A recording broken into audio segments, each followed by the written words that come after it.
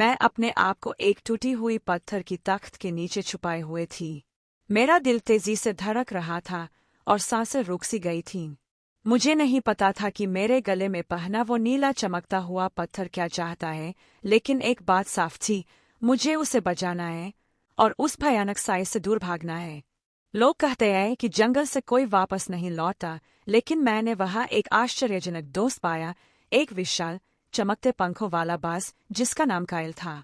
उसकी आंखों में एक अलग ही चमक थी, जैसे वो किसी राज को जानता हो। वह मेरे साथ एक तरह की समझदारी बांटता था और उसी जंगल की ठंडी छाव में मेरी असली यात्रा शुरू हुई। कायल के साथ मैं उस आकाश में तैरते हुए प्राचीन मंदिर तक पहुंची जहां पत्थर को रखना था। जैसे ही मैंने उसे मंदिर के शिलालेखों से घिरे पेडेस्टल पर रखा, वो नीली चमक फैलने लगी और प्राचीन प्रतीक आसमान में चमकने लगे। मेरे अंदर एक अजीब सी ताकत जाग उठी, डर नहीं बल्कि उड़ान भरने की हिम्मत। मुझे लगा जैसे मैं भाग नहीं रही बल्कि ऊपर उठ रही हूँ।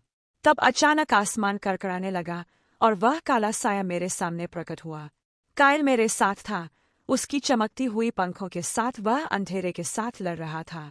मैंने अपने गले के पत्थर को मजबूत पकड़ लिया और उससे निकली रोशनी से अंधकार को टकराया। वह एक भयंकर लड़ाई थी, लेकिन मेरे अंदर की रोशनी ने मुझे डगमगने नहीं दिया। जब लड़ाई अपनी चरम सीमा पर थी, पत्थर मुझे समझ आया, प्रकाश भागता नहीं, वह उठता है। आसमान साफ हो चुका था।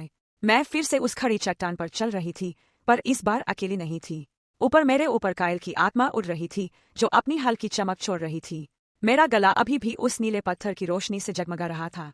शांति थी और एक नया मकसद भी, उड़ने का, बढ़ने का और हमेशा आगे बढ़ने का।